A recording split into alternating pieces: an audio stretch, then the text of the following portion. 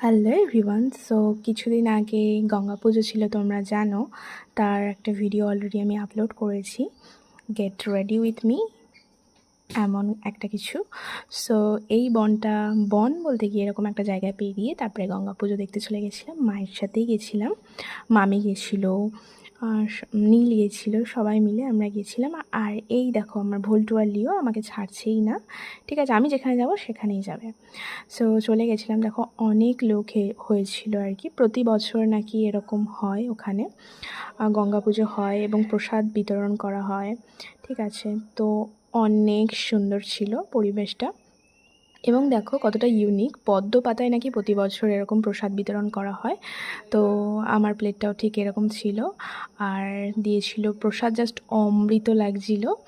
আর ডাল ছিল, ভাত ছিল, একটা সবজি তরকারি ছিল, আমের চাটনি ছিল, আর ছিল শেষ পাতে পায়েস, জাস্ট ইয়াম।